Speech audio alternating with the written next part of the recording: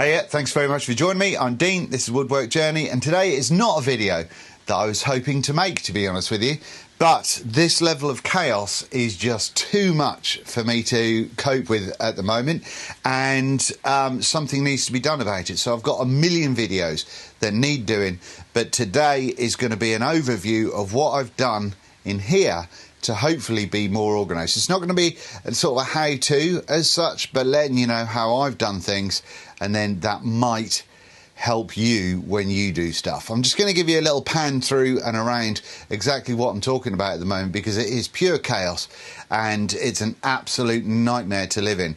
And there are a couple of things where we do have to be mindful, and that is access to the freezer and also access to the door at the rear, which goes into part of the garage that I haven't really got access to. But let's get on with it.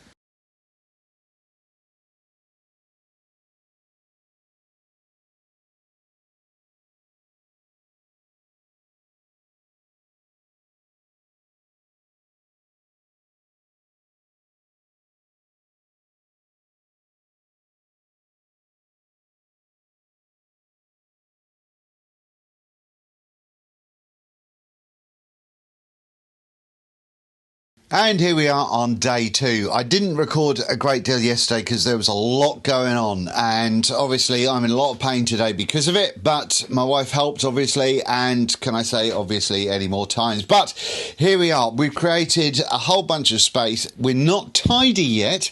That's today's job. But I wanted to catch you up onto kind of what I've done, and yeah, I mean, this gangway here, that didn't exist. I mean, there was a gangway, but it was much smaller, and I've just got a different flow on things now, which is great. I've moved my miter saw from over on that side over to this side where it's accessible. My drill is over here. In fact, let me grab the camera and I'll show you. Previously, my wood rack was in this corner, and now that's been changed out to allow me basically a full run all the way along here where I've got tools. Now, we're not tidy yet, hence all the chaos and mess over there, but we are more organised. Let me explain a little bit more. So the pillar drill being there is great. The unit with the miter saw on is now more usable because it's there and there's more space around it, so that's great. I threw together a quick little melamine cabinet there. Or table. It's awful, but it's just doing a trick for the time being. What I'm going to do underneath the miter saw table there, I'm going to extend that wing just to the side of it a little bit, and then I'm going to have my thickness planer, my Triton thickness planer down there, thicknesser, on wheels, and I'll be able to pull it out. At the moment it's just on the Makita case that came with the track saw, so yeah, that's going to be on wheels and can be puller outable. But where did the wood go, I hear you ask? Well, that's moved across onto this corner of the workshop. Now, this corner of the workshop previously had the freezer in there, in that corner. That freezer is now on the end, so it's easier to get to for me and my wife, rather than kind of stepping over all my trash and rubbish to get there. But yeah, so it means that I've got all my wood there, and I've got wood on the top on those rungs as well. So yeah, that's going to be hopefully a little bit easier. My dust collection is still down here, and my bandsaw is still along here. Now, where this garbage table is, that originally was this nappy changing table that's right here that I picked up for free on Marketplace, and that's got 3 drawers, and it's not conducive to what I needed to do. That top drawer has got loads of tools in it, and let me explain what I'm going to do next. This unit was, as I say, on the other side, and it was difficult to open the drawers and do anything on it, and so just stuff got piled up on top. That's all still here. That's all needing to get sorted out, hopefully today. But this top drawer here is broken because of the amount of weight it's got with just random tools, files, hammers, Christ knows what in there, but that's super, super heavy. And I only use kind of like a half a height of it. Now, in the past, I did make a little shelf to sort of slide along the top there, but I still don't think that's the most effective way of using this drawer. See, that's broken now. There we go, we're in. So now I am hoping to do hoping to do the following. I'm going to let you know how this turns out, but I've got 3 deep drawers here, which I think is an ineffective use of space. What I would like to do is put a piece of wood or MDF down the middle, and then I will use the MDF as runners as well. So take out all of the drawer runners, all the drawers, and divide each one of these into 2. So in that case, I'll have 6 drawers going down each side. Does that make sense? So I'm hoping that rather than building a whole new cabinet, which, you know, some might say would be easier, but it's going to take up more space and more time potentially. So yeah, I'm just going to try and see if I can wedge in a bit of wood that goes, or MDF that goes all the way through as a separator, and then 6 drawers either side. I'm thinking it should be reasonably quick.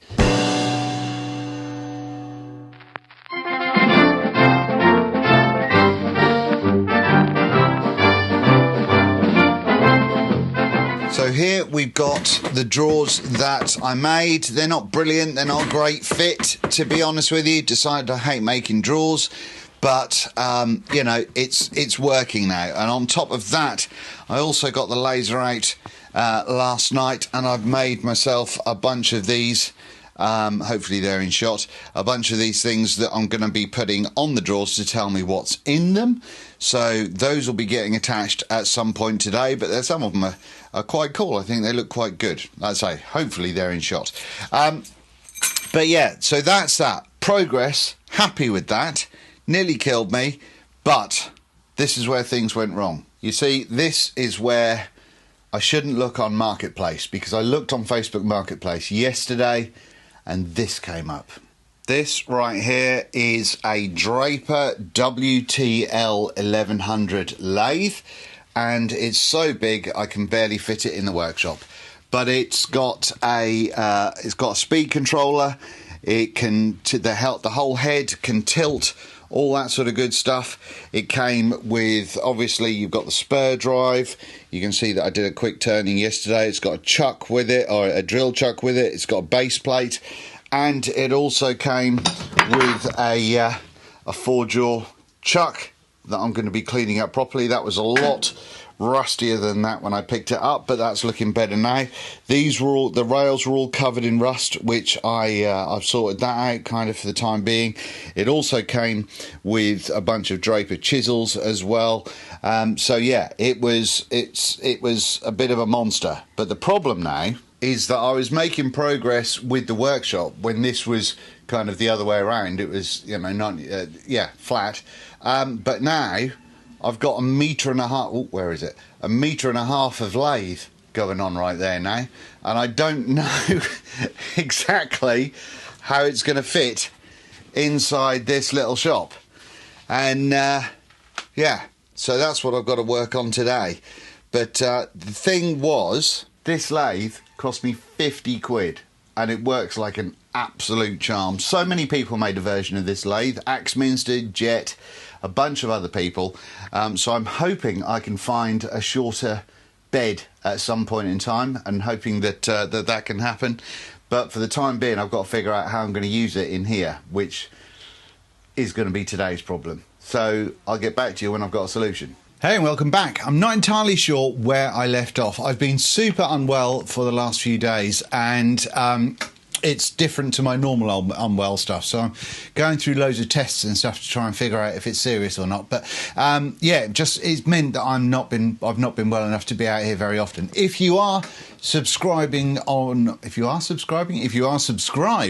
Instagram, then you would have seen a couple of bits and bobs. But what I'm going to do is I'm going to show you where we're at in the workshop now, because I mean, it's still chaotic, but I think it's a better chaos than we had before.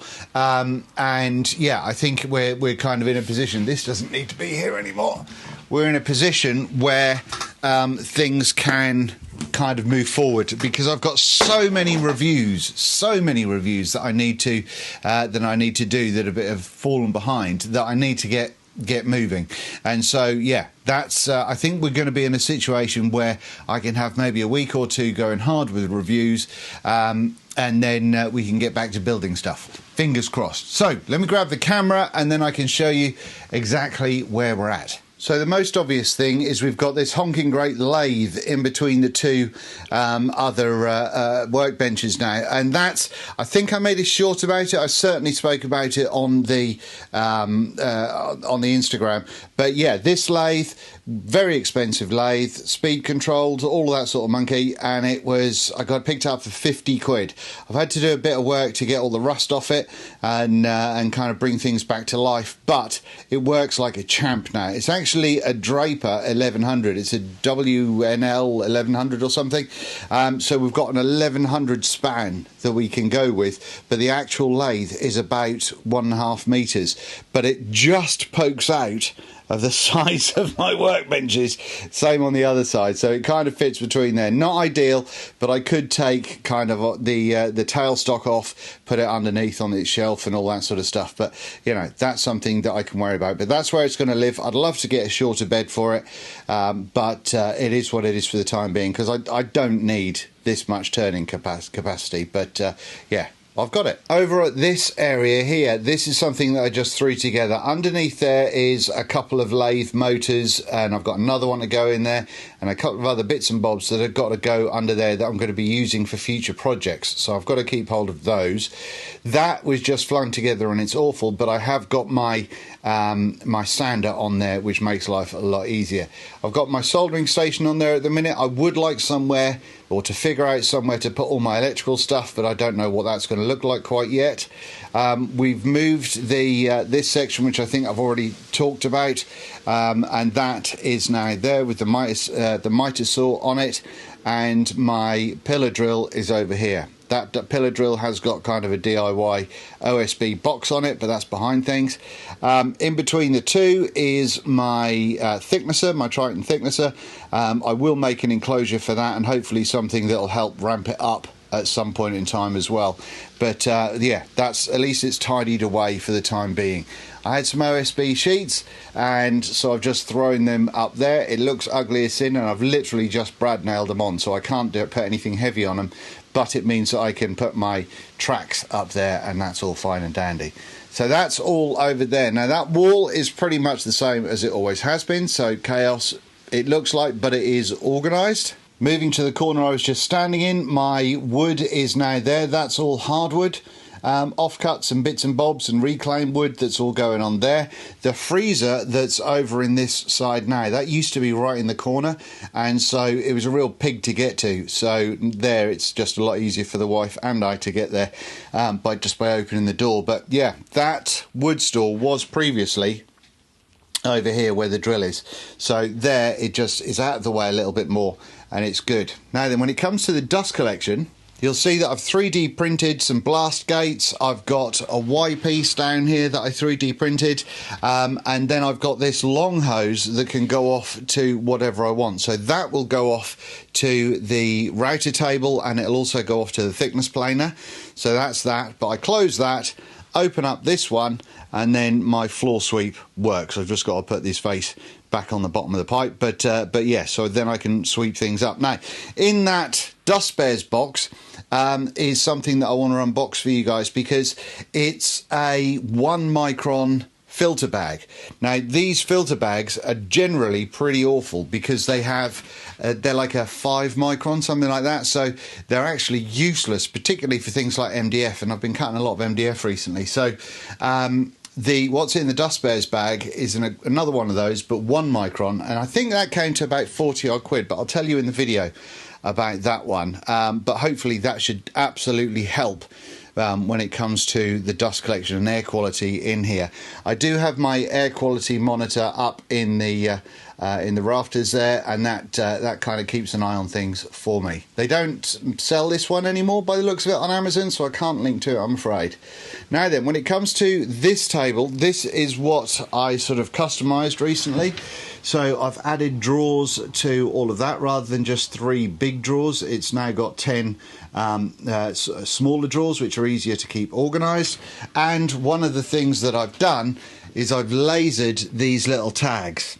I don't know if that's going to focus, but yeah, I've lasered exactly what they are. So the 2 drawers without tags don't have anything in them at the moment, but yeah, I think that looks quite good. On top of those drawers, these are things like just projects that I'm working on, things that I'm kind of formulating, playing around with and trying to figure out. So yeah, there's stuff there as well as a few chargers over there in the corner.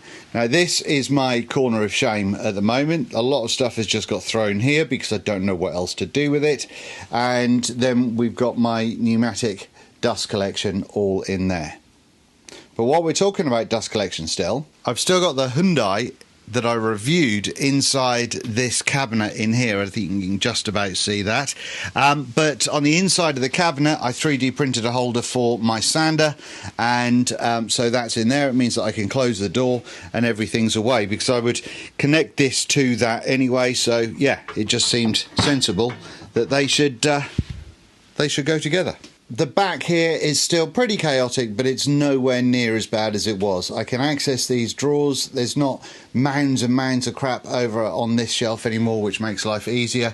And so, yeah, I can access what I need to do. I've got projects written down in mind that I'm going to be replacing the nut and bolt drawers there. This whole corner is going to be different.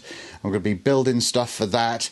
The clamps, I don't know if I should think of something else to do with these clamps, but if you've got any ideas, please do let me know.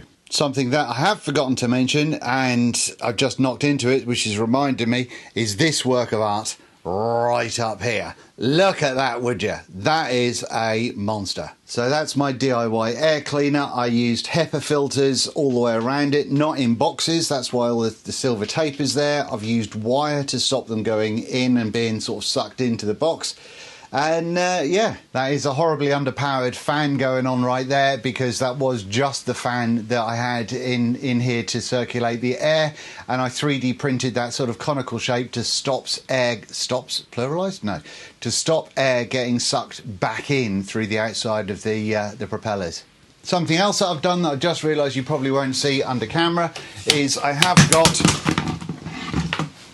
that, which I've got a nice screw back in there, which was holding the phone. So because I film on the phone, if I have that up there, I can hold things and film down below, which makes unboxings and sort of close-ups easier. Didn't realise that could come out of there, to be honest with you, but you know, live and learn. Anyway, I can't remember exactly what I attempted to achieve when I started this video, because it's been that long since I started it. But I am, as I said, it looks chaotic, but I am a bit more organised. So my aim is to, because I've had plenty of use with things like all the JCB gear now, with things like the Forest Master stuff outside, anything else that I've got to review, I've had plenty of use with, because even though I've not been well enough to record stuff, obviously things like making the really dodgy prototype air cleaner meant that I've been using loads of tools and bits and bobs and things and stuff. So yeah, I can give you real world sort of usage things rather than just unboxing videos. So please do stick around for those. If you've not subscribed yet, please do, because that'll help when stuff comes out. And hit the bell. You never know, YouTube might let you know when a video comes out, because they are a bit sporadic at the minute because of my health.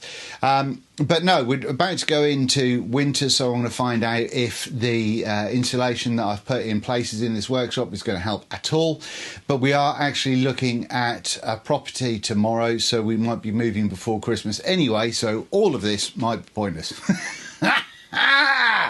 So yeah, it's been a fun time, but yeah, I will keep you up to speed, but please do check out the reviews. I know not everybody's into them, but you never know, you might find something out that you didn't know before, which would be good, wouldn't it?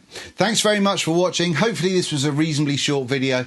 I'm now going to go back in now and edit it before I pass out, excuse me. But these are pretty much the two views that you're going to see for a while, unless I'm cutting stuff on the bandsaw, the miter saw, or the pillar drill. So yeah, I hope to see you again very, very soon. Thank you so much for sticking with me through an up and down uploading schedule.